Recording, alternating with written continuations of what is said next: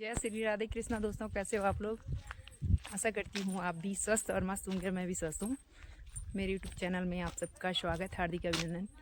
आप सबको मेरा सादर प्रणाम। हम जा रहे हैं आज श्रीमद् भागवत सुनने ग्राम सभा जिब्बे में, और मेरी दीदी है साथ में, और लोग पीछे से आ रहे हैं। और ये आजकल मेरी दीदी देहरादून जा रखी थी अपने मायके। ये है हमारे साथी, सब लोग जा रहे हैं आज भागवत में जिब्बे गाँव में। साढ़े बात हिलाए मैंने पर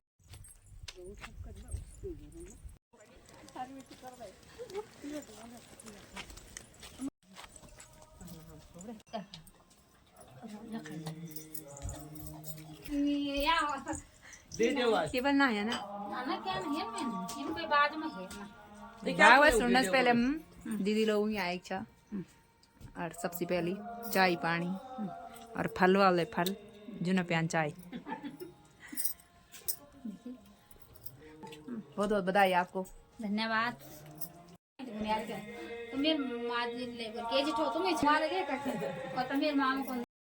तो आज है श्रीमद् भागवत का तीसरा दिन, और हमारे पुरोहित पंडित जी नौटियाल बंधु इनके घर पे है श्रीमद् भागवत अपनी बड़ी माँ जी की वार्षिक श्राद्ध में पितरों के लिए कर रहे हैं श्रीमद् भागवत।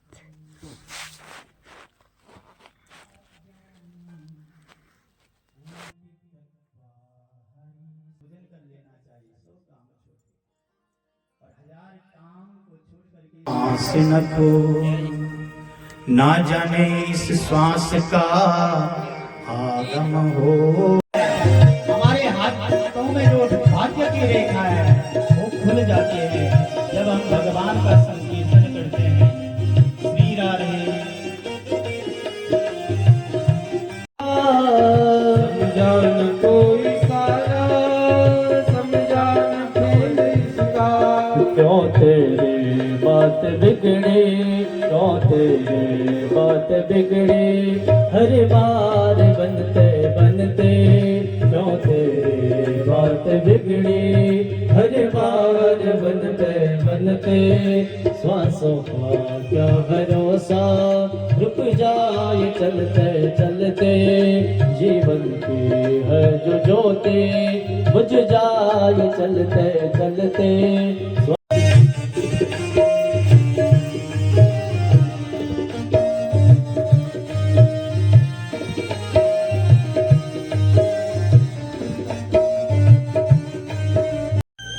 पांडवों के द्वारा अपना खोया हुआ राज्य प्राप्त हुआ। कुंती मैया ने जो है भगवान से झोली पसार के कहा, प्रभु हमारी झोली में संपूर्ण संसार के दुख भर दो, जिससे लोग तो सुख में प्रभु को भूल जाते हैं, केवल दुखी में ही तो भगवान याद आते हैं।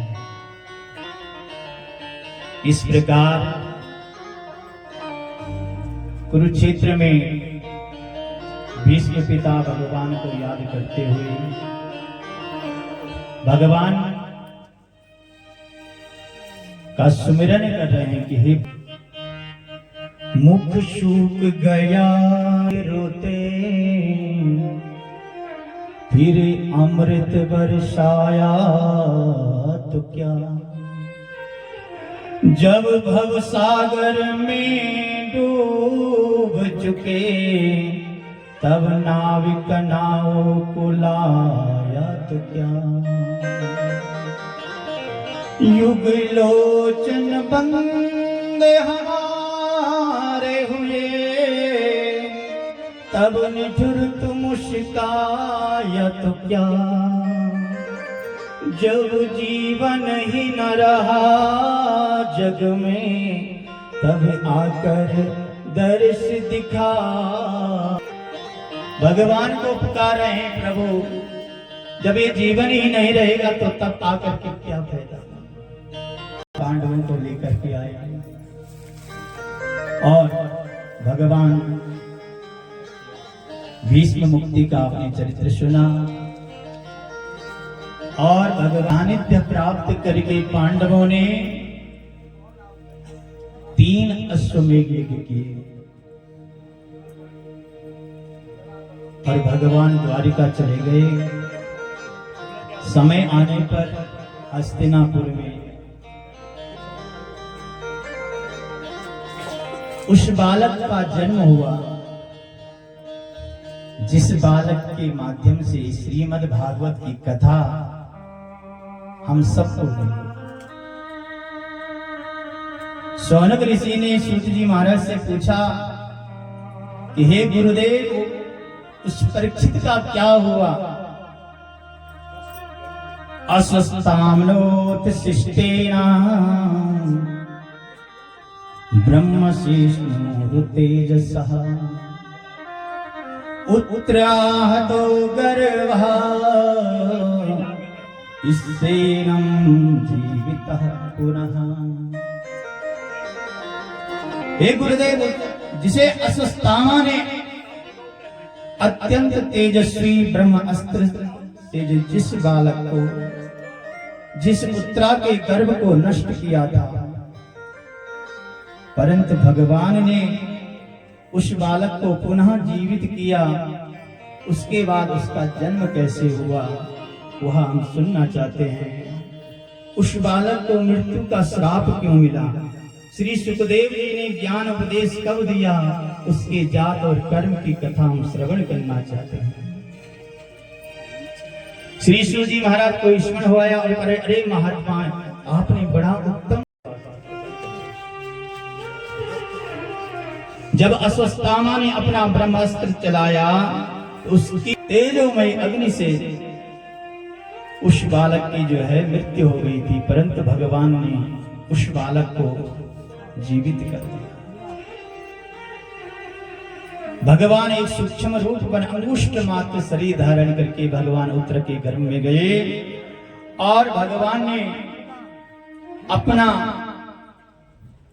चक्र से चारों तरफ उस तेज को जो है छीन किया और अंदर जाकर स्वयं गदा लेकर के चारों तरफ गदा को घुमाते घुमाते उस बालक की रक्षा करने लगे। वो बालक जो है सूक्ष्म स्वरूप भगवान नारायण का दर्शन करता हुआ जो है सोचने लगा कि ये कौन है जो मेरे चारों तरफ मेरी रक्षा कर रहा है। तो समय आने पर जो है इस बालक को जिस रक्षा करी गर्भ में, जब सारे ग्रह अनुकूल हो गए और उस समय शुभ लक्षण में शुभ समय में पांडु का यह पुत्र, पांडु का वंशधर अभिमन्यु का पुत्र परीक्षित का जन्म हुआ। बोल परीक्षित महाराज की। ततः सर्व गुणात्मिका सानुकूलो ग्रहोदये जग्गे वंशधरा पांडो भूयं पांडुरिवो जसः। वहां बालक साक्षात पांडु के ही समान, जिस बालक को भगवान ने गर्भ में जिसे बचाया उस बालक ने आज हस्तिनापुर में जन्म लिया। अपने पौत्र का जन्म सुनकर के पांचों पांडव बड़े प्रसन्न हुए और युधिष्ठिर ने अपने आचार्य धौम्य ऋषि को, अपने कुल गुरु कृपाचार्य को बुला करके उस बालक का जात कर्म संस्कार कराया, स्वस्ति वाचन कराया, नाल छेदन कराया और ब्राह्मणों ने आकर के स्वस्ति वाचन गाया। इस प्रकार से पांडवों ने बालक के जन्म के उपलक्ष्य में बहुत सारा दान किया। हाथी, घोड़ा, स्वर्ण मुद्राएं, अनेक प्रकार के जो है वस्तु जो है दान करे। इस प्रकार से जो है गुरुजी से कहा, बताओ इसके क्या लक्षण है, इसकी कुंडली के बारे में बताया। तो कुल पुरोहित ने कहा, महाराज इसके तो सभी ग्रह अनुकूल है। महाराज कौन से अक्षर पर इसका नाम निकला? तो तब जाके कृपाचार्य जो है ने कहा कि महाराज पा अक्षर थी और गर्भ में भगवान ने इसकी रक्षा करी, इसलिए पहला नाम तो इसका विष्णु राग रखा। और ये अद्भुत बालक ऐसा हुआ कि जन्म लेते एकदम जो है पालपुती मार करके इधर उधर टुकुर टुकुर करके सबको देखने लगा। तो वहां व्यास जी खड़े थे। व्यास जी ने कहा नाम तो दादा परदादा रखेंगे जो सबसे बड़े। कहा व्यास जी नामकरण करेंगे।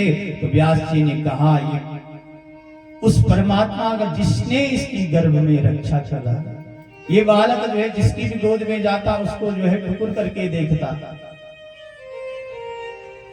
जिसने गर्भ में मुझे बचाया क्या वो ही है। तो एक दूसरे को देखते देखते कभी इधर कभी उधर। तो व्यास जी ने कहा ये जो परीक्षित का अर्थ होता परितः इच्छते इति परीक्षितः, तो इसका नाम पड़ा परीक्षित। बोल परीक्षित महाराज की जय। अब कहा महाराज इसके ग्रहों के बारे में बताओ। तब जो है ब्राह्मण ने कहा कि यहाँ बालक ने संदेश संसार में सबसा अपने पूर्वजों से भी बड़ा यशस्वी और धर्म और भक्ति भावना में भगवान का भक्त होगा। हरे राधे हरि गोविंदा, हरे राधे हरि गोविंदा, हरि नारायण हरि ओम, हरि सुंदर नंद मुकुंदा, हरि नारायण हरि ओम, हरि सुंदर। और सब लोग जो है विलाप करने लगे। सब लोग कहने लगे हम भी भगवान की बलि चले जाएं। बलि जाऊं सदा इन नैनन की, बलिहार छटा। कुंती मैया को पता लगा कि हमारे कृष्ण चले गए, हमारे प्रभु चले गए। तो जिस प्रकार राम राम कहते दशरथ महाराज ने शरीर त्यागा, उसी क्षण जो है कुंती मैया ने कृष्ण कृष्ण कहते हुए कुंती मैया भी सुधाम चले गए। बोल कुंती मैया की जय। इधर पांडवों ने देखा अब हमारे प्रभु नहीं रहे तो हमारा यहाँ क्या काम है। तो सब लोग जो है दुखी होकर के कहा अब यहां रहना उचित नहीं है।